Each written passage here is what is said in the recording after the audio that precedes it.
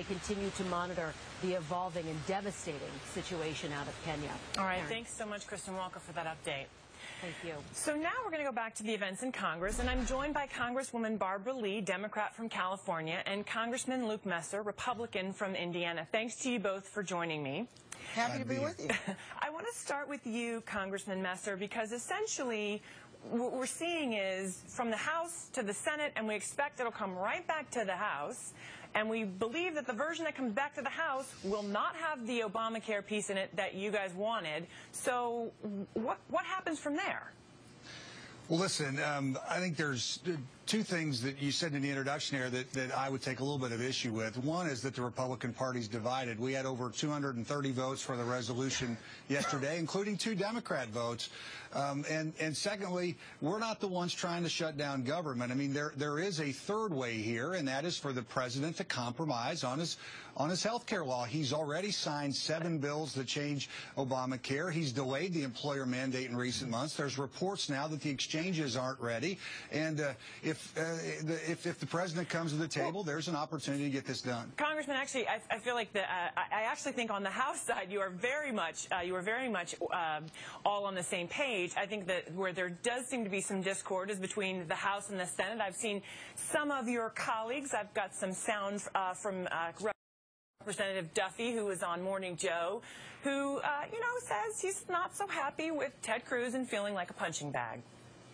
Well, I think this all summer long, as these ads have been running, as they've been holding town halls and raising money, we've kept a lid on our anger in the House, as we were the punching bag and bullied by some of these Senate conservatives. So, that's where I think there is clearly some discord between the House and the Senate, and it seems like we're just going to be playing a bit of ping pong here. Well, I think the Senate will now have their opportunity to lead. Certainly, Senator Cruz and others have asked for that opportunity, and then we'll have to respond in the coming days to what comes back from the Senate. Congresswoman Lee, in effect, though, I take Congressman Messer's point. However, I disagree in that, in effect, by sending something over to the Senate that we know is not going to come back to the House in the same way. In effect, this is leading to a showdown about shutting down the government, and if not that, then perhaps we'll have this fight when we get to the debt ceiling. But the thing that strikes me the most is we're talking about Republicans wanting to repeal Obamacare, which is actually already working. I've got some statistics here just looking at children who are covered. And you have children, 81.7% of children are covered in 2008, 87.2% in 2011. So essentially what we're talking about when we talk about repealing Obamacare is taking that away from those children. First of all, the Affordable Care Act is the law of the land, and the Supreme Court has upheld its constitutionality. What the Republicans are doing is really, quite frankly, holding the Affordable Care Act, i.e. holding the American people who need health care hostage. We have also, in addition to the children with pre-existing conditions who now have access to health care, over 3 million young people can stay on their parents' insurance plans until they're 26. We have over 105 million Americans now who do not face lifetime benefits. We have people who really, come October 1, will be able to enroll in affordable, accessible health care. And so, Karen, this is really a hostage-taking effort of the Republican extremists. This is what they have done over and over and over again. They will not pass legislation to create jobs.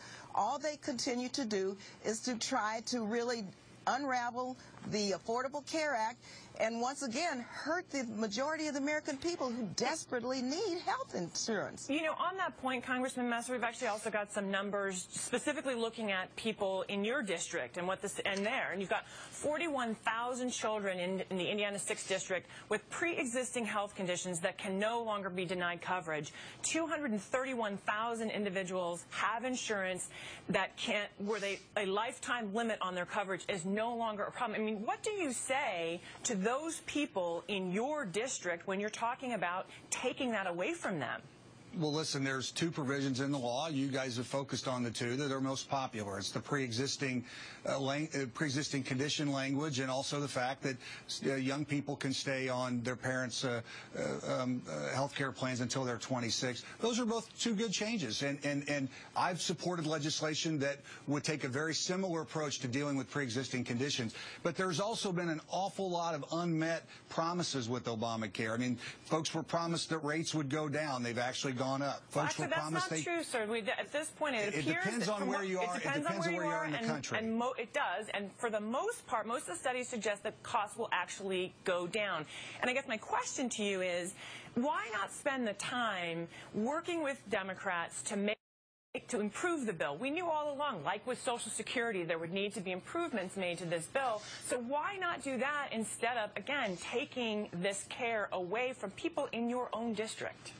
Well, listen, again, there have been an awful lot of unmet promises. In Indiana, rates are going up. You talk to people who are losing hours on their job. They're losing their job because of Obamacare as well. And there's outrage where I live and folks that want us to stand up against this law. Now, I will tell you, I've supported repealing Obamacare. I've supported defunding Obamacare. I support delaying Obamacare by a year. The president's done that in major ways already. And I've supported common sense fixes to Obamacare as well. I've supported moving from a 30-hour full-time equivalent to a 40-hour full-time equivalent so people don't lose their job or lose hours on the job. I'm willing to do whatever we can to protect people from the failings in this law. Congresswoman Lee, I want to switch gears and have a question to you. You know, one of the other crowning achievements we saw this week with the GOP was the vote about SNAP, taking away SNAP provisions for children. The argument that we've heard time and again is waste, fraud, and abuse, and yet we're talking about $40 million, which is going to have a massive impact on families. And yet, you know, if we're looking for places where there are waste, fraud, and abuse, how about Iraq and Afghanistan, or how about canceled weapons programs? What is the obsession with focusing on taking away these programs that we know are effective in actually helping people get out of poverty, rather than saying, hey, let's look for some waste, fraud, and abuse in some other places? Karen, there's a systematic assault on the most vulnerable in our country. There's a systematic attack on the poor and the working poor. When you look at the fact that the SNAP program really is a safety net, first of all, people still have not found jobs. We have not created enough jobs. The economy is slowly recovering.